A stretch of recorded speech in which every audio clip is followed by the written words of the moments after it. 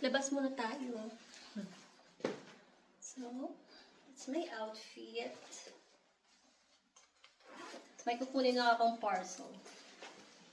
So, mainit sa labas, pero feeling ko medyo malamig pa din.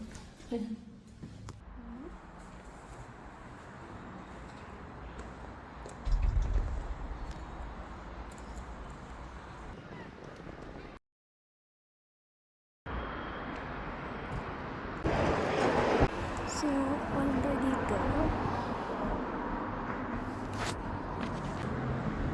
Q5. Wow.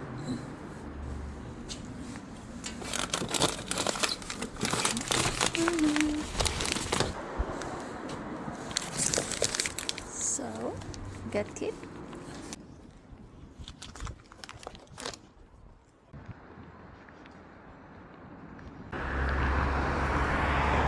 Buksan natin. Kagabi lang namin in-order, pero requested na siya. So, ito siya. Yung pangpakulot ba? Nakita ko lang.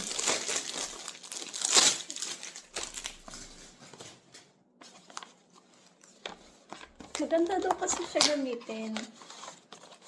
So, meron na siyang dalawang ganito. Tapos, pag-ipit. So, pakita ko sa inyo kung paano ito gamitin. Kasi dapat may cream ata yung hair. Pero okay lang. Huwag muna natin lagyan.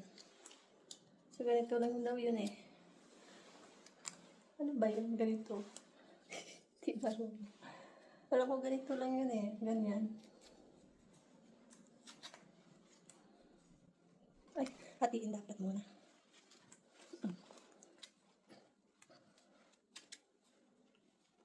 Ganito lang. Hindi ko alam kung tama. Pero ganito lang yung nakita ko. So, kunti lang naman yung buhok ko kaya mabilis lang siya. Mabilis lang siya. Tapos, ano ba ito?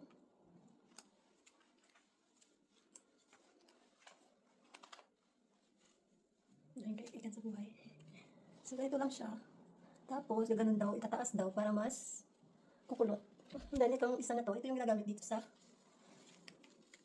para hindi siya hindi siya gumalaw. Okay. Ayan. Tapos, nahuhulog to siya. So, ganun natin. Kabila, try natin.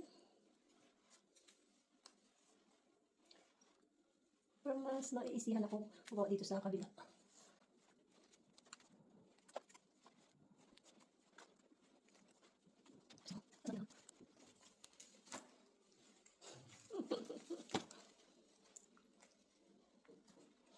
And then, ganun ata. Ganun. Ganun ata. Kasi ito, yun yung i-didikit siguro dito. Hindi ko lang sure. At parang mas maganda yung gawa ko sa kabila.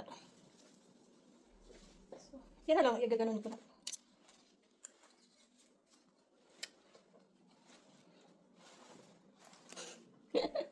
Try natin. Pakita ko maya yung result. Tanggalin ko na siya. Kaso wala kasi itong cream, kaya I think hindi siya ganun mag-curl. Pero 2 oras lang to. Next time na lang, tatry ko ulit. Pag may cream na ako na pang curly. Kasi mas maganda daw yun, parang nagkakaroon siya ng... Maganda siya, kulang lang talaga siya sa sa cream. 'Di ba? Pag may cream siya, lalong kukulot pa to siya.